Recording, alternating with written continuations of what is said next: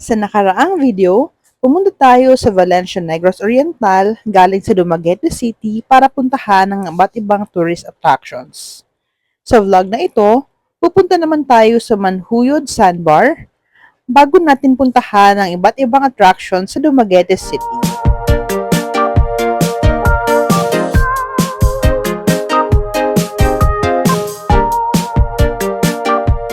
Good morning guys! So today is our second day here in Negros Oriental. So today we're going to Manjuyod or Banuyod Island. From Dumaguete City, we're just going to take a Ceres bus to Manjuyod or Bais. And then from there, punta na kami ng port and then rent a boat. So, eto yung Dumaguete Transport Terminal sa likod ng Go Hotels. Pero parang hindi ito yung Ceres Station. So, hanapin muna namin. Ito yung Ceres Station. Sa likod lang noon, nung transport hub ng Robinsons. Okay, so ito yung Ceres Bus Terminal. Sa likod lang noon, yung tinuro ko kanina. And ito yung bus papuntang Manhuyod.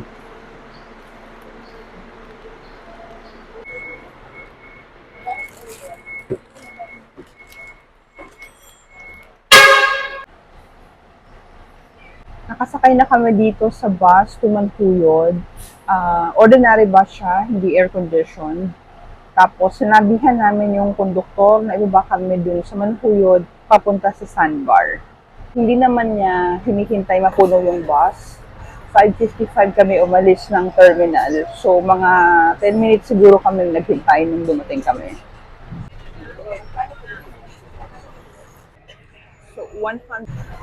So, 112 per person yung pamasahe.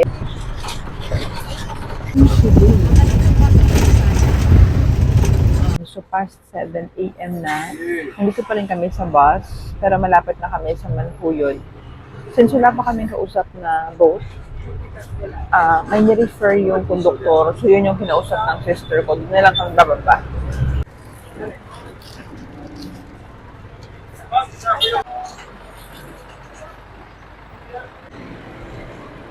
Ito, may sundo na kami. Ito yung kausap ng sister ko na ni-refer ng driver. Kung kayo ay DIY traveler, mas mabuti kung bumili na kayo ng pagkain sa Dumaguete o dito sa Bais bago kayo pumunta ng port dahil wala nang bilihan ng pagkain doon. Ito yung sakayan ng mga bangka. So ito na yung port. Ito yung sakayan papunta sa Manhuyod Sandbar at sa dolphin watching. So ito yung standard rate for dolphin watching in Sandbar. Unfortunately, dahil hindi kami nakabook, ang available daw ay 6 to 10 capacity na boat, which is for 2. So, dalawa lang kami. Ganun ka-expensive. And so, bukod pala dun sa boat, may environmental fee pa na 500 pesos per boat. So, on top pa yan sa babayaran yung boat. So, mahal talaga siya. Tapos may sa tourism pa yata 50 pesos. Tapos yun, hindi nyo pa sure kasi kung low high tide na, baka hindi nyo makita yung sandbar. Malapit lang naman ang Manhuyod Sandbar mula sa port. Around 15 to 20 minutes lang ang biyahe. Pero dahil may kamahalan ang pag-arkila ng bangka, kung kayo ay solo traveler o dalawa lang kayo, mas mabuti kung sumali na lang kayo sa tour. Tapos yung dolphin watching naman, depende yun sa hangin. So ngayon, medyo di daw sure. So, magdadagdag kami ng 1,000 pag may dolphin watching. Ayan, so 8 a.m. na. Pero check pa kasi yung registration namin ng Coast Guard.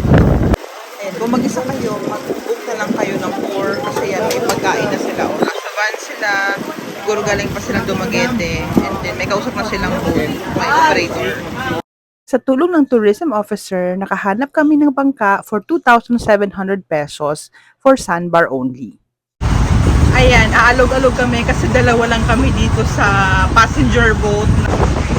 Ayan, so arkilado namin yung bangka. Alis na kami. Masaya sana yung gaya sa kabilang boat kasi group tour sila. So meron silang dalang food. So yun yung may papayo ko. Kung solo or dalawa lang kayo, mas maganda mag-book na lang kayo ng tour para hindi masyadong mahal tapos may pagkain pa kayo. Around 10 to 15 minutes lang naman yung papunta doon sa sandbar. Malapit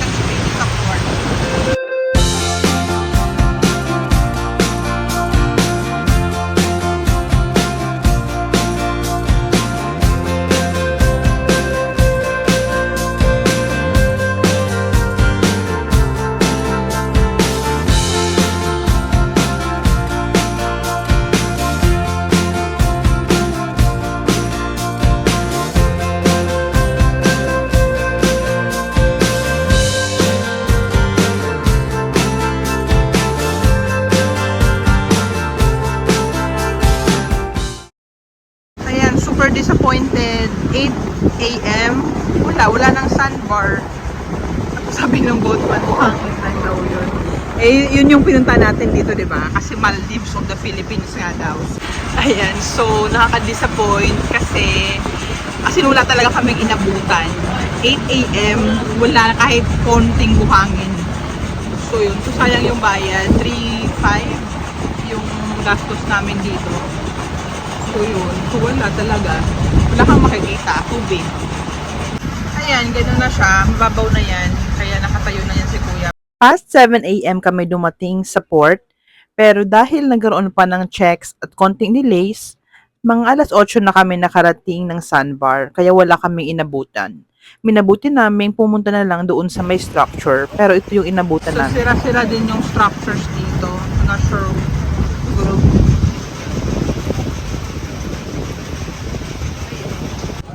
Ayan, so pampalubag-loob. Kain niya lang tayo. Siyempre, nasa Pilipinas tayo yan, oh, parang may floating sari-sari store. Pwede kayo bumili ng mga chips, drinks. May water, I think may beer and soft drinks dyan. Meron namang isang bangka na may dalang kayak at meron ding dragon boat. So merong pwedeng gawin ang mga pumunta dito kahit na walang inabutang sandbar. Pero hindi na namin natanong kung magkano ito at kung available para doon sa mga hindi nakasakay sa bangkang yon. Kaya nag-picture taking na lang kami. Ay, so 9:30, hindi na kayo magtatagal dito since wala nga. Mga 1 p.m. pa daw yung next na low tide para lumabas yung sandbar. So hindi na namin makikita yun. Medyo matagal eh. Pero technically, kilala nyo kasi yung boat. So pwede naman talagang hintayin nyo kung talagang gusto nyo hintayin. Although disappointing na wala kaming inabutang sandbar, nature naman yon kaya wala kaming reklamo. Pero ang mas nakakadismaya ay pagdating namin sa port, humihingi ng additional na bayad ang pamilya ng boat captain. Kung kanina, disappointed ako sa Manhuyod sandbar, pero nature yon, so wala tayong magagawa, wala namang issue doon. Pero hindi ko ma-recommend because ito, yung napag-usapan namin dito sa tourism office kanina 2.7, tapos pagdating namin hinihingan kami ngayon ng 3.7 daw kasi nag-dolphin watching daw kami. Eh hindi naman kami nag-dolphin watching, so syempre 2.7 lang yung binayad namin. Nag-tip naman kami dun sa boat captain and sa assistant niya. After 2 hours, pabalik na kami sa bus terminal going to Dumaguete. Now, ito yung bad review. Sabi ko kanina, although disappointing yung sandbar, pero syempre nature yun, so hindi naman namin take against yung locals or yung tourism. Kasi nga, yun, may high tide, low tide, so understandable yun. Pero, ang hindi acceptable, yung napagkasunduan namin, 2.7, napagkasunduan namin dun sa may tourism office. Tapos yung nanay ng boat captain na naghihintay dun sa pagbaba namin, 3.7 daw. So, kasi parang lugi daw sila na mababawasan ng 1,000. Hindi naman kami nag-dolphin watching. So, nakikialam siya. Siyempre, hindi kami pumayag. Tapos, nireklamo namin sa tourism office. Sabi ni Madam,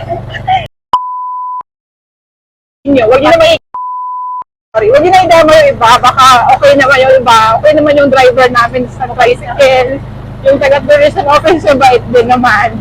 Pero yun nga, yung nanay ni Carlo kasi, nasira tuloy yung trip namin. So yun. So yun ang ilahatin, pero yun yung bad experience namin.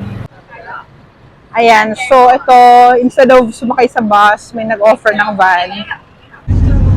Okay, so on a positive note, nang binaba kami dun sa may Ceres bus, merong van na nag-offer na, actually papunta naman talaga siyang Dumaguete. Ang pamasahe daw, 85 pesos, 80 yung sa bus. Eh, syempre mas komportable yung van kasi hindi rin air condition yung bus. Tapos hindi rin puno yung van. So yun lang yung positive note today. So, after the disappointing Manhuyod incident earlier, nakabalik naman kami dito sa Dumaguete sa hotel just before 12 noon. Sumakay kami ng van instead of bus. So now, as originally planned, syempre dapat hindi masira yung araw natin just because of a specific incident. So, Ngayon naman, i-explore namin yung Dumaguete City. We will be checking the landmarks, including the church. And then later, we will also visit Silliman University and then go to the boulevard. Okay, so first, bago tayo mag-city tour, kain muna tayo dito sa Hukad na nasa loob ng Robinson's Mall. So ito, chicken pochero soup, lechon kawali, this is ube and cheese, turon, and then tuna belly.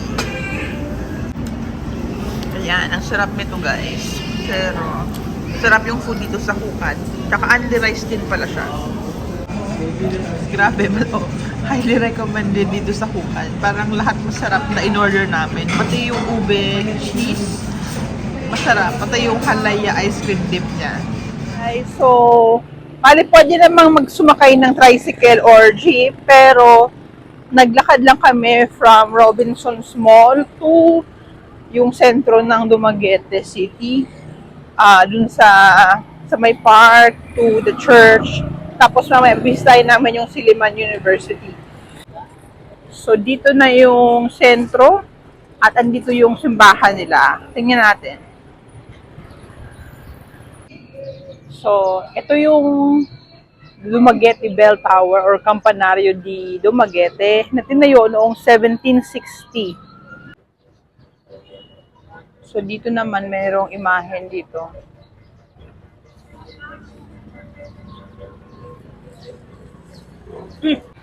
So, Dumaguete Belfry pala tawag nito, hindi bell tower.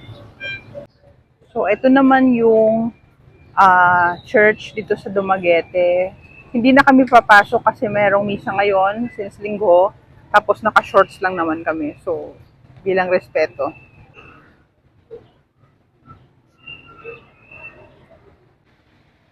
Ayan. So, ganito yung itsura ng church dito.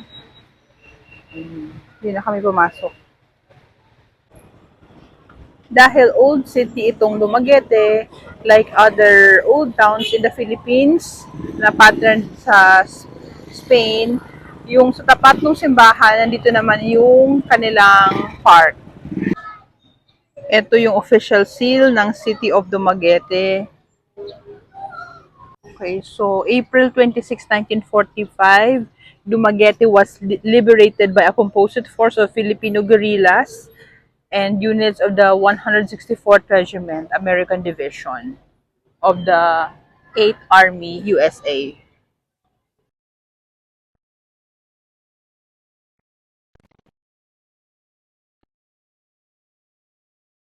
So dito, yun yung boulevard, pero mamaya pa kami dyan maglalakad-lakad.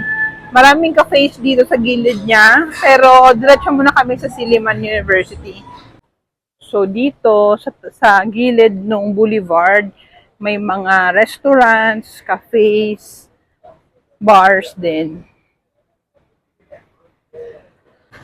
Ito yung San Scrival.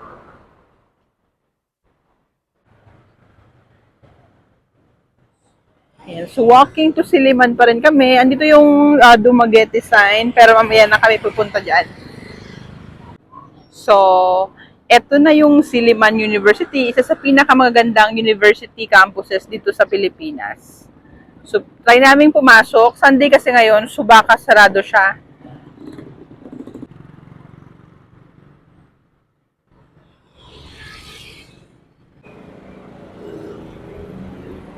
Unfortunately, naka-lock nga siya.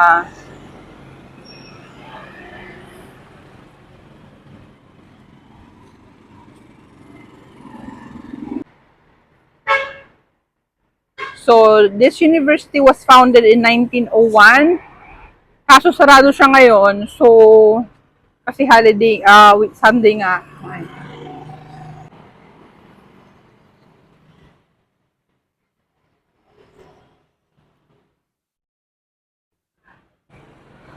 So, sa harap naman nung Silliman University, andito na kami sa Boulevard, and then sa una-unahan niya, makikita niyo yung port. So, ito yung port. Diyan kayo pupunta kung pupunta kayo ng Siquijor. Nandiyan yung Ocean Jet, yung Montenegro Lines. Diyan kami pupunta bukas since pupunta kami ng Siquijor. Masyado pang mainit para maglakad sa boulevard. So magstay muna kami dito ng a few minutes. Hintayin namin na medyo bumaba yung araw, and then lalakad lang kami dito sa boulevard, and then kakain kami later kasi marami namang mga cafes at restaurants and bars dito sa malapit. So maganda maglakad dito ng hapon hanggang gabi. Dito yung parang fun place nila paggabi.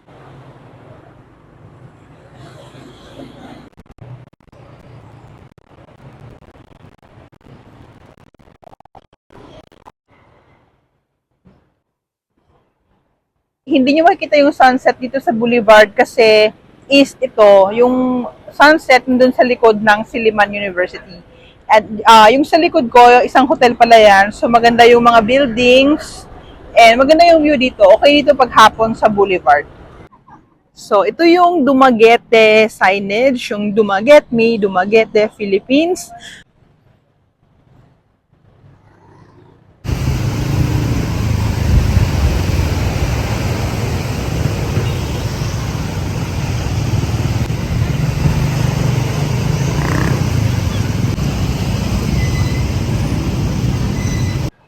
So ito naman ang Sisters of St. Paul of Chartres na dumating noong 1904. So may mga sitting areas dito. Tapos doon sa dulo, yun yung park and playground. Ayan. So ito yung area kung saan kayo pwedeng mamasyal. Especially yung mga bata. So pang pamilya to. Think ma-event. Siyempre, dahil Pilipinas to, marami ding nagtitinda. So, kung kailangan nyo ng tubig, ng pan-display, ayan, dito. You can expect more talent of the barangay and the student. Ayan, so mag-ice cream muna tayo habang naglalakad dito sa park sa may boulevard. Ayan, iba-ibang program. Meron dito nagpa-practice ng parang taekwondo, merong sayawan doon, tapos meron dito na iba.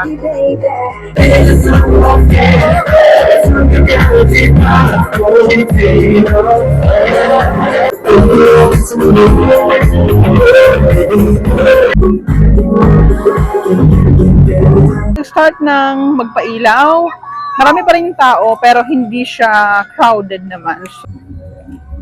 So nag-start ng magpailaw.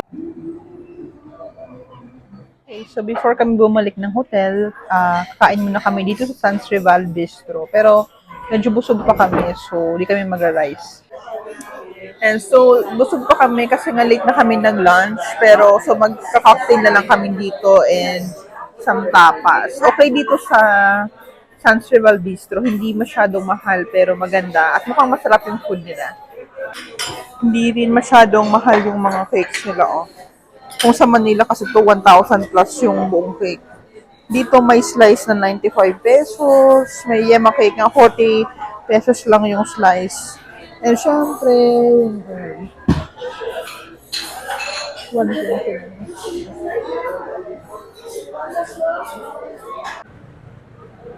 ito yung facade ng Sans Rival Bistro na nasa harapan ng boulevard. So, hindi siya ganun kamahal. Very reasonable yung price at okay din yung ambience. So, overall review, okay ang Dumaguete as jump-off point. If you're going to explore Negros Oriental and also Siquijor, kasi ito yung nearest airport sa Siquijor.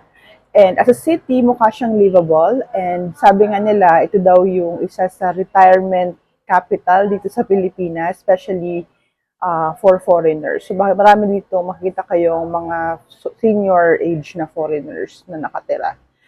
And siguro ang bad experience lang namin is doon sa Manhuyod Sandbar. Kung plano nyo pumunta doon, dapat sobrang aga kayo. Siguro dapat mga 5 a.m. or 6 a.m. 6 a.m. the latest, nandun na kayo sa port mismo. It only takes about 10 to 15 minutes from the port to the sandbar.